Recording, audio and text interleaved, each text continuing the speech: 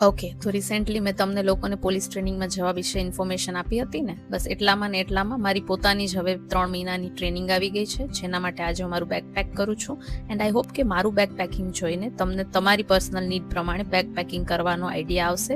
First of all તો તમારે બેડને લગતો તમારો તમામ સામાન, ગાદલું, ઓસીકું, ઓઢવા પાથરવાનું બધું લઈ જવાનું છે. હું ફક્ત બ્લેન્કેટ લઈ જાઉં છું. એના પછી એક મારો કોમ્બેટ ડ્રેસ લઈ જાઉં છું. એન્ડ ઓબ્વિયસલી હું 2 યુનિફોર્મ લઈ જાઉં છું. તમે 3-4 લઈ જઈ શકો છો. એન્ડ વ્હાઇટ ટી શર્ટ હું 2 લઈ જાઉં છું. તમે 4-5 લઈ જઈ શકો છો. કુકિંગ પોટ અથવા કેટલ કે જેમાં તમે કંઈક બનાવી શકો. ઘરમાં પહેરવા માટેના ફ્રી કપડાં. આ છે મારા એક્સરસાઇઝના કપડાં, પણ તમારે આની બદલે બહાર માર્કેટમાં પહેરવાના કપડાં લઈ જવાના છે. ટુવાલ, નેપકિન, સ્કાર્ફ, મસોતા, પગલું, છણિયા વગેરે વગેરે બધી રૂમમાં જોઈએ એવી વસ્તુ. મોજા, રૂમાલ, તમને જેટલું જોઈએ એ મુજબ. એ સિવાય હું 2 બેલ્ટ લઈ જાઉં છું, પણ તમે સ્ટાર્ટિંગમાં જ બધો સામાન ના લઈ જતા. ત્યાં અંદર પણ બધું અવેલેબલ હશે. જેમ જેમ સમય જશે એ મુજબ ખરીદજો.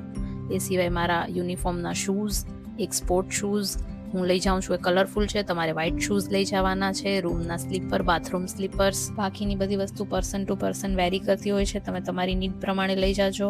એક બેગ પેક થઈ ગયું છે. નવ સેકન્ડ બેગ. ટોયલેટ બાથરૂમનો બધો સામાન મેં 2 પાઉચમાં ભરી લીધો છે. એ સિવાયની તમારી જો કોઈ દવાની કેવી રિક્વાયરમેન્ટ હોય તો તમે અલગથી જો કોઈ કન્ઝ્યુમ કરતા હો તો એ લઈ લેજો.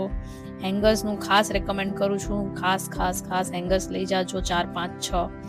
અને કપડાં ધોવાનો સામાન મારી પાસે અત્યારે સાબુ પાવડર નથી, એટલે હું આટલું લઈ જાઉં છું. કેમ કે વ્હાઇટ ટી શર્ટ છે તો વેનિશ કે કોઈ બ્લીચ એના માટે જરૂરી છે. કોઈ તમે દવા કન્ઝ્યુમ કરતા હો રેગ્યુલર તો એ. એન્ડ હેર ટૂલ જો તમે કોઈ યુઝ કરતા હો તો હેર ટૂલ અલાઉડ છે. એના સિવાય બુક એન્ડ પેન હું તો એક જ લઈ જાઉં છું. તમે વધારે લઈ જાજો. ત્યાં લખવાનું હશે, ક્લાસીસ અટેન્ડ કરવાના હશે. એ સિવાય વાસણમાં હું તો આટલું જ લઈ જાઉં છું. તમારે વધારે લઈ જવાનું છે. મોટી થાળી, વાટકો બધું લઈ જાજો.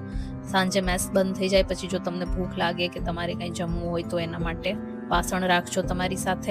એના પછી મારા માટે સૌથી મોસ્ટ ઇમ્પોર્ટન્ટ વસ્તુ, જેના ઉપર મારું માઇન્ડ, બોડી, સોલ, હાર્ટ કામ કરે છે, બધા માટે જરૂરી નથી આ. ત્યાં ચા પણ અવેલેબલ હોય છે. જો કે તમને ત્યાંનો ચાનો ટેસ્ટ નહીં ભાવે, બટ જેવી હોય તેવી મળી તો જશે. હું પ્યોર ગુજરાતી છું. આ એનું સબૂત. ખાખરા અને ભાખરી. તમે નાસ્તામાં તમને ભાવતી તમામ વસ્તુ લઈ જાજો. એન્ડ આઈ રેકમેન્ડ કે બધું હેવી જમવાનું જ લઈ જાજો. અડદિયા અને એવું બધું. ગર્લ્સ માટે જે આપણે ત્યાં વાળ એકદમ ડિસિપ્લિનમાં રાખવાના હોય છે, એટલે એ બધો સામાન લઈ લેજો. વાળનો નેટ ને બો ને બધું. નાસ્તામાં તમે બધું સારું જ લઈ જાજો, જેથી તમારી હેલ્થ ત્યાં જળવાઈ રહે. ખાલી જમવાથી તમારે ભેગું નહીં થાય. અત્યારે મારી પાસે જે કાંઈ અવેલેબલ હતું એ બધું મેં ભરી લીધું છે. તમે ઘરેથી વ્યવસ્થિત નાસ્તો બનાવીને લઈ જાજો. આ છે મારી પેટ્રોલ બુક, જેનું હાલ તમારે કોઈ કામ નથી. તમારે આફ્ટર ટ્રેનિંગનો વિષય છે.